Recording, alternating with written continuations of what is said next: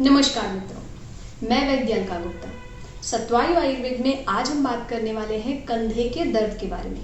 कंधे का दर्द कई कारणों से होता है, जैसे किसी तरह की कोई इंजरी हो जाने की वजह से, कंधे के बल पर गिर जाने की वजह से, या फिर कई बार फ्रोजन शोल्डर जिसे आयुर्वेद में अवबाहुक कहा जाता है उसकी वजह से, तो कई बार किसी अन्य रोग के लक्षण की तरह भी कंधे में दर्द हो सकता है।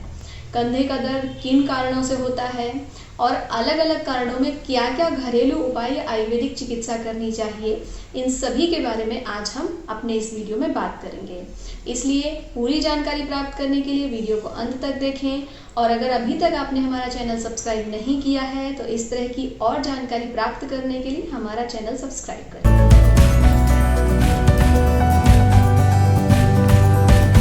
कंधे का दर्द। कई बार हमारे पास ऐसे पेशेंट आते हैं जो कंधे को एकदम हिला भी नहीं पाते हैं, और स्पेशली पीछे की तरफ कंधे को मोड़ने में या फिर ऊपर की तरफ मोड़ने में उन्हें विशेष रूप से दर्द होता है, तकलीफ होती है। बालों को बनाना या अन्य तरीके के जो घरेलू काम होते हैं, किसी सामान को ऊपर से उठाना, ये साधारण कार्य भी नहीं कर पाते हैं और उसमें कंधे में बहुत दर्द होता है। ज़्यादातर कंधे का दर्द उन्हें रात में या ठंडियों में होता है, लेकिन इसके कारण उनके जीवन में बहुत सारी परेशानी आती है, उनको सामान्य जीवन जीने में बहुत परेशानी आती है। ये कंधे का दर्द किन कारणों से होता है? सबसे पहले तो कंधे के दर्द के मुख्य 3 कारण होते हैं। सबसे पहला कारण है किसी तरह की इंजरी हो जाना।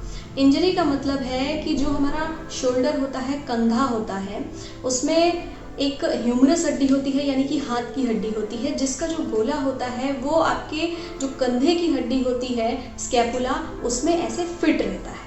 ठीक है, और इसके चारों तरफ कई सारी जो मसल्स होती हैं, मांसपेशियां होती हैं, वो एक तरीके का एक गोला बनाती हैं जिसे रोटेटर कफ कहा जाता है। जब किसी कारण से इस रोटेटर कफ में, स्नायुओं में किसी तरह की कोई चोट लग जाती है, किसी तरह की कोई इंजरी हो जाती है या टीयर हो जाता है, यानी कि फट जाते हैं ये स्नायु, तब रोटेटर कफ टीयर कहते हैं, और उस समय पर भी कंधे में बहुत ज़्यादा दर्द होता है।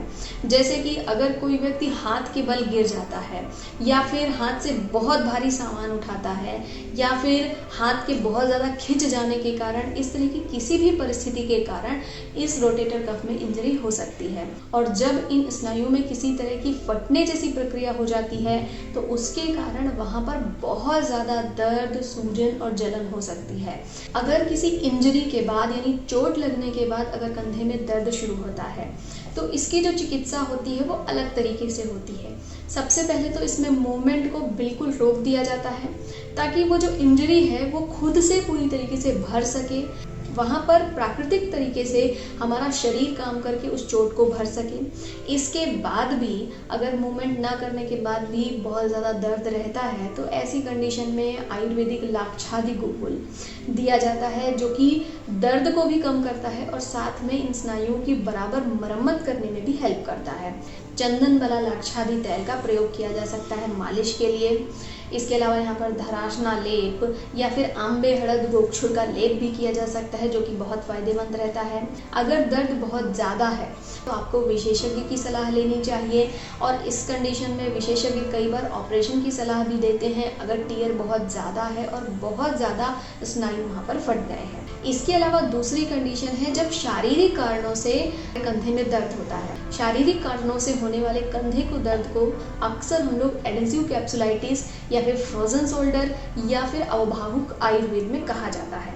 जो ये अवबाहुक होता है ये वात और कफ से होता है, और विशेषतः डायबिटीज़ यानी कि जिन्हें मधुमेह की बीमारी है, शुगर की बीमारी है, उनमें ज़्यादा देखा जाता है। इसका कारण है कि जो स्नायु होते हैं, यानी कि जो रोटेटर कफ है और अन्य जो स्नायु होते हैं, वहाँ के ऊतक होते हैं, उन सभी में हमारे शारीरिक कारणों से सूजन आ जाती है, और इस सूजन के कारण ही जब हम हाथ का मूवमेंट करते हैं तो दर्द होता है।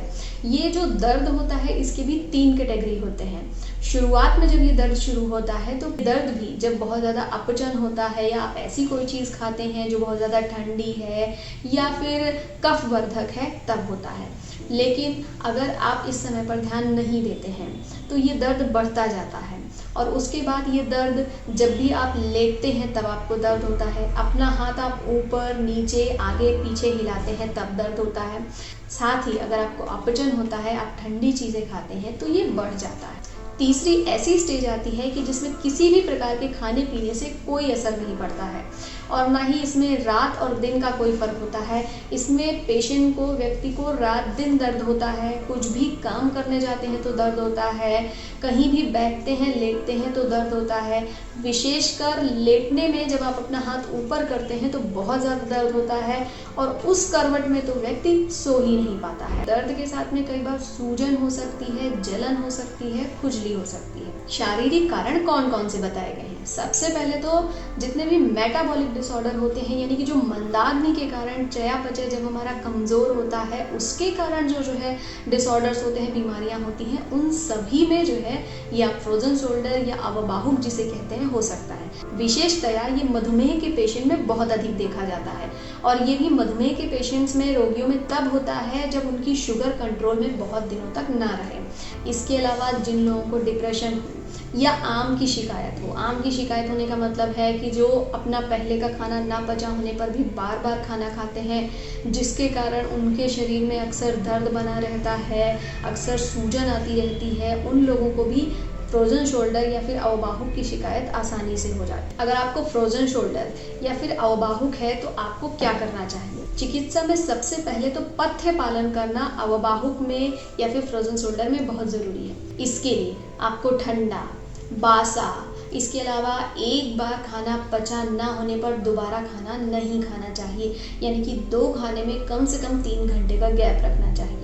सूर्यकाल भोजन विधि का पालन करना चाहिए। सुबह सूर्योदय से शाम के सूर्यास्त तक ही भोजन करना चाहिए और शाम का आखिरी खाना आपका सूर्यास्त से पहले हो जाना चाहिए।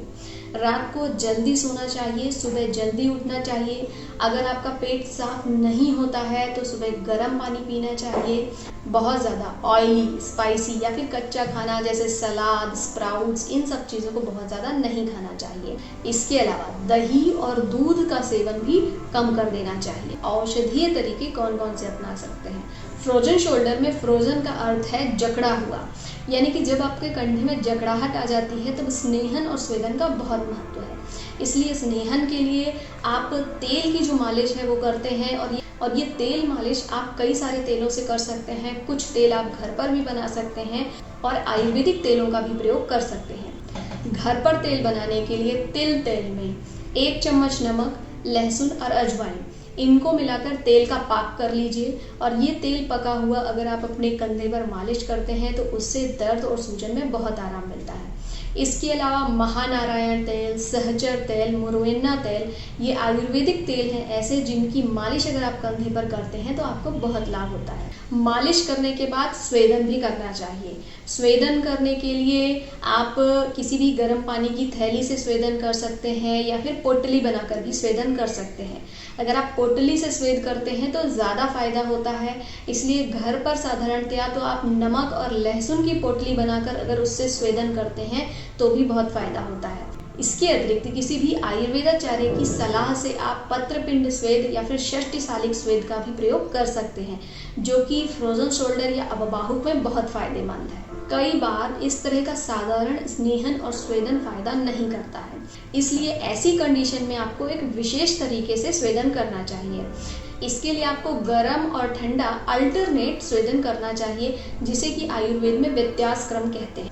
व्यत्यास क्रम का फॉलो करने के लिए आप नहाते समय 1 बाल्टी में बहुत गर्म पानी रखिए और 1 बाल्टी में एकदम ठंडा पानी, ऐसे एक एक करके अपने कंधे पर ढालना है और इस ठंडे और गर्म पानी से अल्टरनेट सिकाई करनी है। जब आप ऐसा करते हैं और रेगुलरली अगर आप फॉलो करते हैं तो आपको 10-15 दिन में ही फ्रोजन शोल्डर या फिर अवबाहुक की कंडीशन में बहुत अच्छा आराम मिलता है। इसके अतिरिक्त आयुर्वेद में अवबाहुक के लिए एक विशेष प्रकार का आंतरिक स्नेह भी बताया गया है। उसमें बताया गया है कि खाना खाने के तुरंत बाद घृत पान करना चाहिए।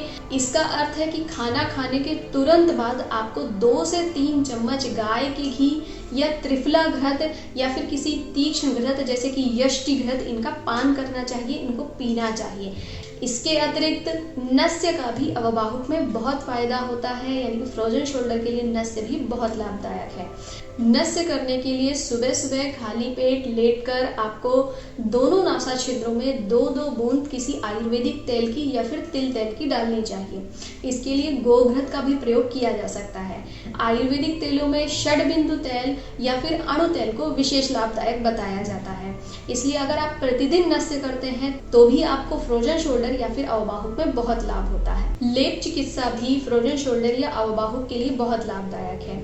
इसके लिए आप घर पर लेप बना सकते हैं, जिसमें कि आप अम्बे हड़द, बला, गोपछुर, अश्वगंधा और मिर्च के बीजों का तेल, इन सब का प्रयोग भी कर सकते हैं। कई बार यूकेलिप्टस ऑयल या फिर जिसे नीलगिरी का तेल कहते हैं वो भी इसमें डालकर लेप करना बहुत लाभदायक रहता है। इस लेप को आयुर्वेदोक्त पंचगुण तेल या फिर पानी के साथ ही मिलाकर बनाना चाहिए, दही या दूध के साथ मिलाकर नहीं लगाना चाहिए। आयुर्वेदिक चिकित्सा क्रम के अनुसार अगर वात की वृद्धि बहुत अधिक है, दर्द बहुत ज़्यादा है, तो इसके साथ में आप अगर वस्ति कर्म करते हैं तो भी वातनाशक होने के कारण दर्द में बहुत आराम मिलता है। इसके अलावा कई तरह की आयुर्वेदिक औषधियाँ भी दी जा सकती हैं, जैसे कि योगराज गुग्गुल, सुंठ, अश्वगंधा और वात गजांकुश रस का प्रयोग या फिर अमृतादि गुग्गुल। लेकिन आपको किसी भी आयुर्वेदिक औषधि का प्रयोग आयुर्वेदिक वैद्य की सलाह से ही करना चाहिए। अगर आपको कॉन्स्टिपेशन है, यानी कि कब्ज है, पेट साफ नहीं होता है, तो ऐसी कंडीशन में अक्सर फ्रोजन शोल्डर या फिर अवबाहुक का दर्द बहुत बढ़ जाता है। इसलिए अगर अपचन की समस्या लगातार रह रही है तो आपको सौंफ, अजवाइन, जीरे और सौंठ, इन चारों चीज़ों को मिलाकर एक काढ़ा बनाना चाहिए और रोज लेना चाहिए, जिससे कि आपको अपचन की समस्या ना हो, वात कम हो और आपको दर्द में आराम मिल सके। इसके अतिरिक्त अभयारिष्ट, बेलगिरी रस या फिर कुमारयासों का प्रयोग भी ऐसी कंडीशंस में किया जा सकता है, जो कि पेट को साफ करने का काम करते हैं। इसके अलावा ये वात की वृद्धि को नहीं होने देते हैं और रक्त की दुष्टि को भी कम करते हैं। इसके साथ ही अगर आप एक्सरसाइज करते हैं स्नेहन स्वेदन करने के बाद, तो मूवमेंट में बहुत अच्छा असर पड़ता है। एक्सरसाइज करने के लिए आपको अपने हाथ को अपने शोल्डर पर रखकर धीरे धीरे जो इसके मूवमेंट होते हैं, जिसमें कि एडक्शन यानी कि अंदर की तरफ घुमाना, एबडक्शन यानी कि बाहर की तरफ घुमाना और रोटेशन यानी कि अंदर से बाहर की तरफ और बाहर से अंदर की तरफ घुमाना चाहिए। ये मूवमेंट आप शुरुआत में आसानी से नहीं कर सकते हैं, लेकिन अगर आप स्नेहन स्वेदन और औषधियों का प्रयोग लगातार करते हैं और ये एक्सरसाइजेस धीरे धीरे स्टार्ट रखते हैं, तो धीरे धीरे आपका मूवमेंट बढ़ जाता है और एक समय ऐसा आता है कि आपको फ्रोजन शोल्डर की परेशानी पूरी तरीके से खत्म हो जाती है। तीसरा कारण, कई बार अन्य किन्हीं रोगों के लक्षण के आधार पर भी शोल्डर में पेन होता है, यानी कि कंधे में दर्द होता है। अक्सर जो फ्रोजन शोल्डर या अवबाहुक का दर्द होता है वो आपकी कोहनी से नीचे नहीं जाता है, यानी कि आपकी एल्बो तक ही होता है। लेकिन अगर आपको ये नीचे तक दर्द हो रहा है तो ऐसा हो सकता है कि आपको ये गर्दन के दर्द के कारण, यानी कि सर्वाइकल स्पॉन्डिलाइटिस के कारण, या फिर जहाँ बहुत ज़्यादा झुक के आगे की तरफ काम करते हैं उसके कारण आपको शोल्डर में पेन हो रहा हो, कंधे में दर्द हो रहा हो। ऐसी कंडीशन में जो मुख्य व्याधि है उस पर ध्यान देते हुए अगर चिकित्सा की जाती है, गर्दन का जो दर्द है उस पर ध्यान देते हुए एक्सरसाइज और चिकित्सा की जाती है, तो आपको कंधे के दर्द से भी आराम मिल जाता है। इसलिए अगर आपको रोटेटर कफ में कोई इंजरी हुई है, यानी कि किसी तरह की चोट के कारण कंधे में दर्द हो रहा है, तो आप वहाँ पर लाक्षादि गुग्गुल या फिर धरासना लेप, ऐसे आयुर्वेदिक लेपों का प्रयोग कर सकते हैं। साथ में आपको ऐसी कंडीशन में विशेषज्ञ की सलाह जरूर लेनी चाहिए। लेकिन अगर आपको शारीरिक कारणों से कंधे में दर्द हो रहा है, जिसे हम फ्रोजन शोल्डर, एडहेसिव कैप्सुलाइटिस या फिर अवबाहुक कहते हैं, तो ऐसे में आपको स्नेहन, स्वेदन, नस्य, घृतपान, आयुर्वेदिक औषधियाँ, इन सभी का प्रयोग करेंगे। अगर आप एक्सरसाइज इसके साथ करेंगे तो आपको ये दर्द पूरी तरीके से जा सकता है। और अगर आपको किन्हीं अन्य कारणों से, जैसे कि सर्वाइकल स्पॉन्डिलाइटिस या फिर बैकएक के कारण, अगर आपको पीठ के दर्द के कारण कंधे में दर्द हो रहा हो, तो उनका इलाज करना चाहिए। इन सभी उपायों का प्रयोग करें, उचित आहार लें, स्वस्थ रहें। धन्यवाद। अपने प्रश्नों के लिए और आयुर्वेद के विषयों के बारे में और जानकारी प्राप्त करने के लिए हमें ज़रूर लिखें और हमसे जुड़े रहने के लिए हमारे चैनल को सब्सक्राइब करें। धन्यवाद।